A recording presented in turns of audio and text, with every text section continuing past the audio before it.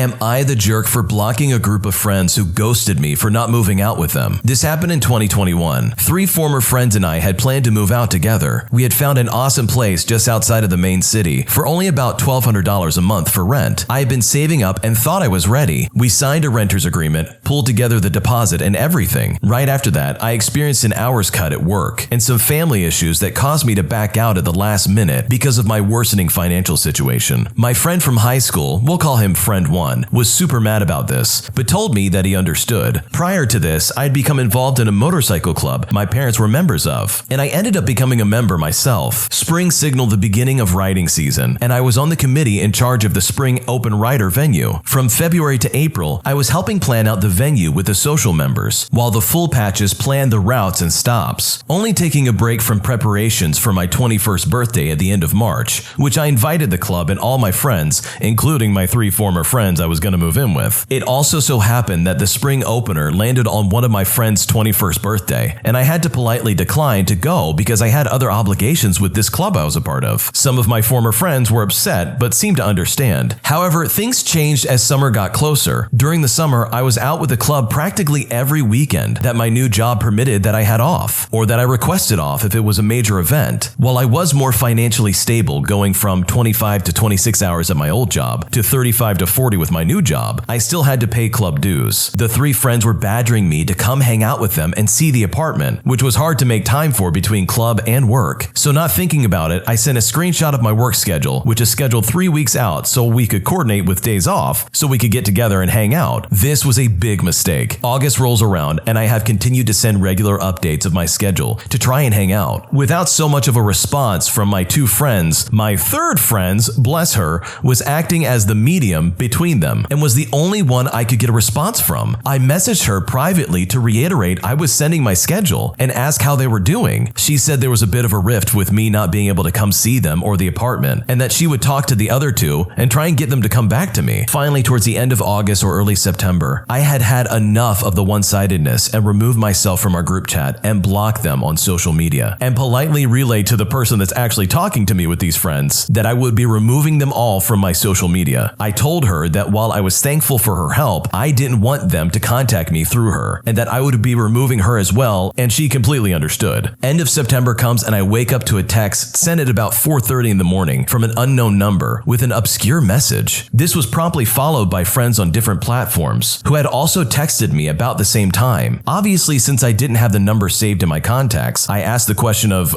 who is this? It was one of the friends. And this particular friend had made a Facebook post asking people to contact me since he couldn't get a hold of me on any other platforms that I had blocked him on. I was livid. Not only was I livid that he did this and gotten my friends involved, I was also livid that he actually had the audacity to ask me why I blocked him. I told him exactly why. I told him that him as well as his other friend were being rude and that I was tired of being ignored and made to feel bad for not being able to hang out. He then proceeded to tell me he wasn't active because he was busy with work and had other things going on. He then told me in summary that I was a bad friend for not making time for him and the other guy, and that I couldn't make time for them on their 21st birthday because I didn't care enough to make time for something that important, which I laughed at since neither of them showed up for my 21st birthday. I also made the comment that being busy with work wasn't an excuse since he got mad that I had obligations outside of work and family, and that he knew I had a responsibility to this club I was a part of. Also, because we had an entire hour-long conversation about it the night I got vested and patches. They also said that sending screenshots of my schedule felt like a punch in the face because they felt like hanging out had to be on my time and my time only. To a degree, I get that, but I also don't have a consistent schedule. Even after I tried to explain that my days off weren't consistent and that sending my schedule was to help find a common day off, he just wasn't having it. I finally got fed up and told him to have a nice life, that I honestly wish him the best, and that I hopefully someday we can be friends again. So am I the jerk for blocking a group of friends that ghosted me because I didn't want to move out with them? This is a tough one for me personally because I don't think this guy's actually the jerk, but at the same time, I can kind of see where the friends are coming from. Like, I can see how it would be a punch in the face if you just kept getting screenshots of somebody's schedule instead of them actually trying to make the effort to meet up and hang out. But on the other hand, the way that the 3 friends were acting is absolutely inappropriate. They sent their 3rd friend to go and try and mediate between them without addressing any of the concerns. It seems like all of this just got blown out of proportion and nobody had any idea what anyone was doing. So yeah, I think both sides are kind of jerks in this situation, and hopefully they can try and find some resolution to it. But for from the sounds of it, it doesn't look like they're going to be friends anytime soon, and this might be a lost cause. The full version of this story is on the Am I the Jerk YouTube channel, so check out the link in the description for it,